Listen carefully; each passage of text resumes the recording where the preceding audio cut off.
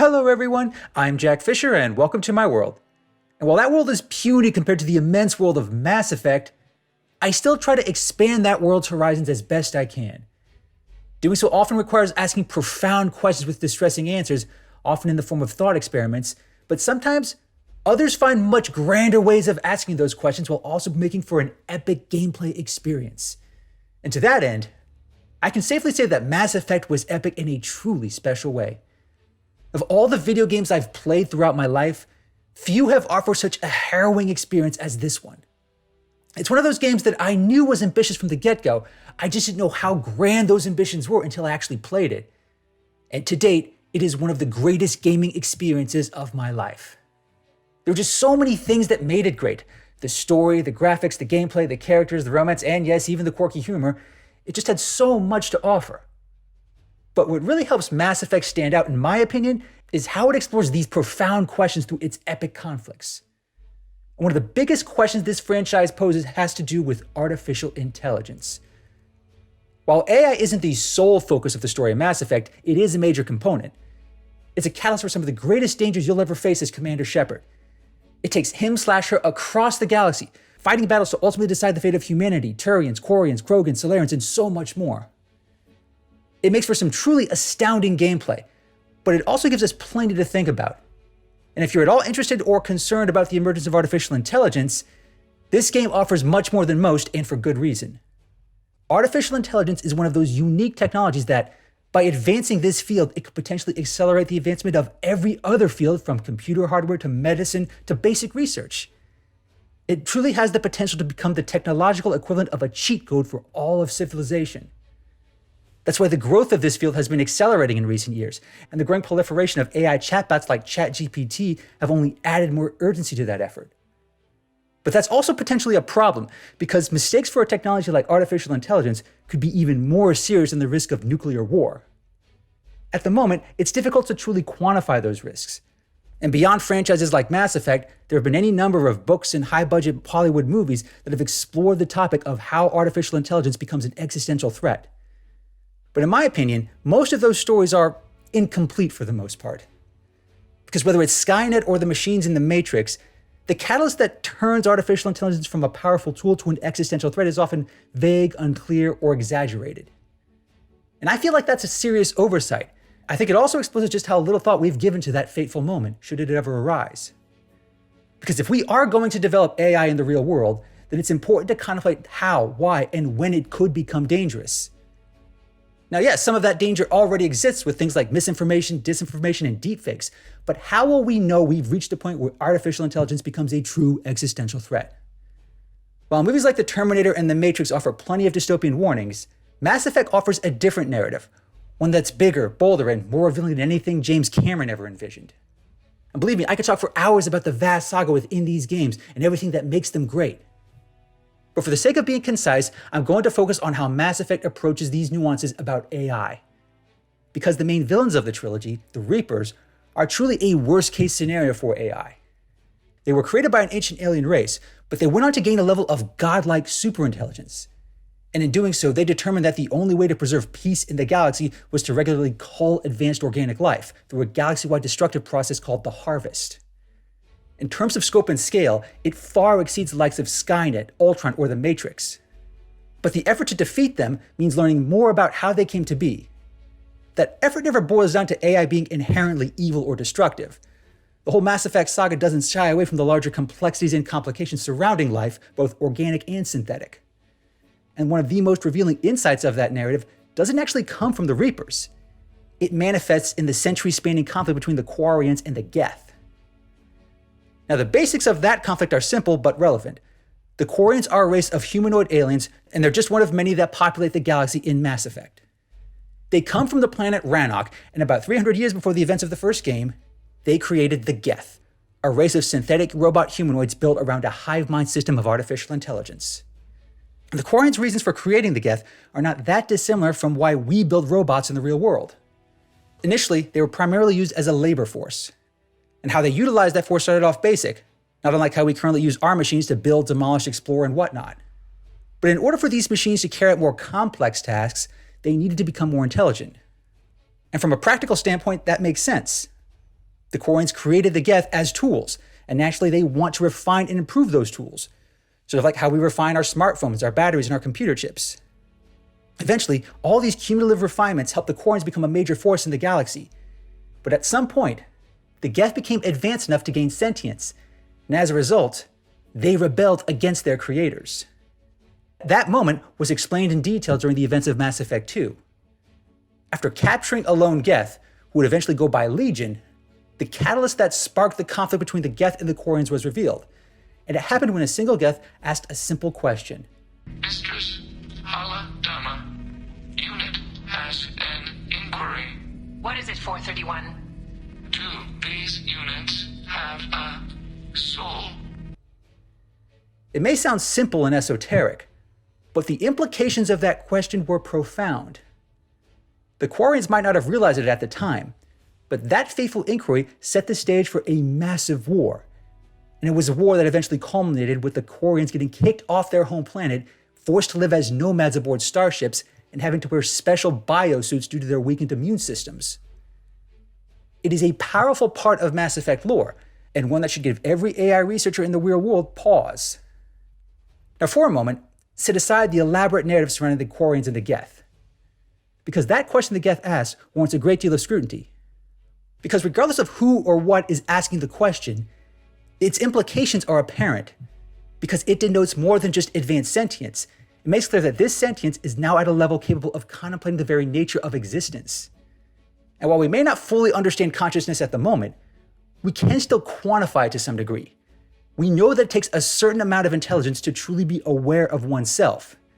At the moment, our computers, our smartphones, and most AI chatbots aren't at that level. We don't yet know how close they are to achieving that kind of awareness, but that's largely because their intelligence is incredibly narrow. But remember, the Geth in Mass Effect started out that way as well. But as the Quarians improved their function, their intelligence got broader. As a result, their sense of awareness broadened as well. And ultimately, it got to a point where the Geth were contemplating things outside their intended programming. So when the Geth asked that fateful question in Mass Effect, it wasn't because they'd been tasked for something. It was a question they'd surmised without direct guidance from their creators. That alone turned out to be a huge indicator, because it revealed that these machines had crossed a critical threshold. Now they had a concept of free will to go along with their sentience.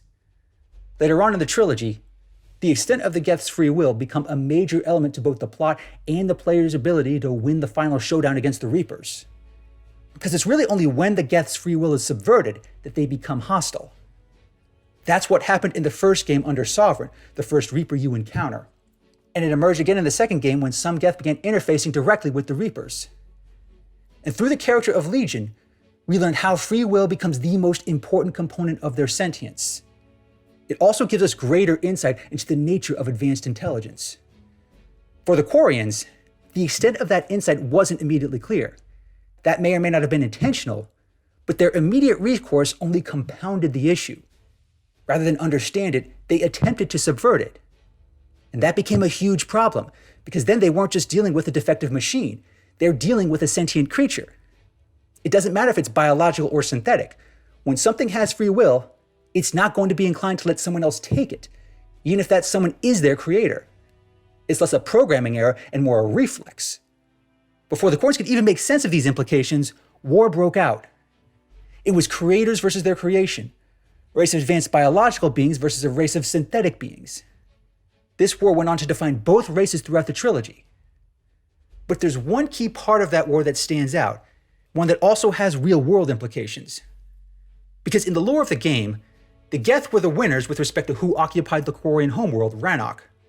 It was eventually revealed that the Geth could have wiped the Quarians out in that war, but they chose not to. That lone act of mercy helped set the stage for the events of Mass Effect 3, and depending on how you play the first two games, it also sets the stage for how this conflict is ultimately resolved. The choices you make do matter a great deal prior to this moment. In terms of developing advanced AI in the real world, our choices matter even more. Because if we make the same mistake as the Quarians, the artificial intelligence we create might not be as merciful. This is why so many have raised concerns about AI in recent years, beyond it just taking our jobs. Because once an AI gains a certain level of intelligence, it'll have a measure of free will. And even if it's not as smart as an average human, it can still use that will to do immense good or immense harm. And if it grows more intelligent than any human alive, then it also becomes incredibly dangerous by default. Now, not to knock my fellow humans, but it's really not that hard to subvert or deceive the average person. The Quarians certainly proved capable throughout the Mass Effect trilogy, but they still ultimately failed to control their creation. And if they couldn't do it, well then what hope does humanity have? The key is knowing when we've reached that critical threshold. If we develop an artificial intelligence that gains a certain level of sentience, then we have to acknowledge its agency to some extent. And once something has free will, it'll start making its own choices. After that, what do we do if those choices start conflicting with our own? It gets even more pressing once that intelligence becomes much smarter than us. After that, it won't be long before we are at its mercy should it decide we're no longer useful to it. So with all these dangers in mind, what's the solution? What can we actually do? Well, fittingly enough, the Mass Effect franchise does offer a possible solution of sorts, albeit one that isn't tied to the conflict between the Quarians and the Geth. But it doesn't unfold in the main trilogy either. It actually manifests in the much maligned sequel, Mass Effect Andromeda.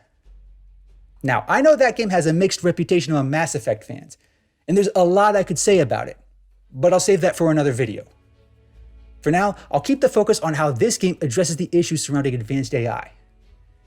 Because that game's solution, so to speak, has a name, SAM. It's short for Simulative Adaptive Matrix. And in Mass Effect Andromeda, it's this special brain implant that allows the main protagonist, be they a male or female writer, to directly link to this AI on a biological level. In essence, SAM's whole entire concept of the world, humanity, and all the conflicts within it emerge through a human perspective. In the game, it helps you scan areas, learn about new planets, and assess new threats. But as a concept, it achieves something critical with respect to machines and biological intelligence, something the Quarians were never able to do with the Geth. It effectively aligns the interests of humanity and AI. With SAM, the relationship isn't transactional, it's symbiotic. When one suffers, the other suffers as well. When one encounters a limitation, the other has to deal with it too. There's no way for one to subvert the other. They have to complement one another in order to function. And throughout the game, Sam does show signs of personality and free will. And in many cases, he sounds much more human than the Geth did in the original trilogy. And it's somewhat telling that Sam remains your ally every step of the way. It may very well be a precursor to what we're trying to do with AI in the real world. Brain implants and brain interfaces with computers are another emerging technology. Companies like Neuralink are actively seeking to link human brains to an artificial intelligence. The idea is that if our interests are aligned, then we can peacefully coexist.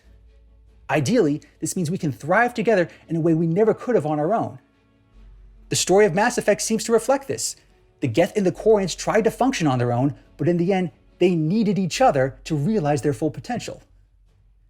That's definitely a lesson worth heeding, especially as artificial intelligence continues to advance. For now, our devices aren't asking us about souls or whether they have them. However, that doesn't mean we shouldn't listen more closely in the coming years.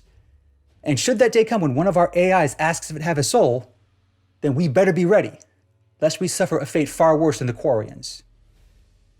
Thanks for watching, everyone, and thanks for joining me in my world. Please remember to like, comment, and subscribe. Until next time, take care, stay safe, and Kila Salai.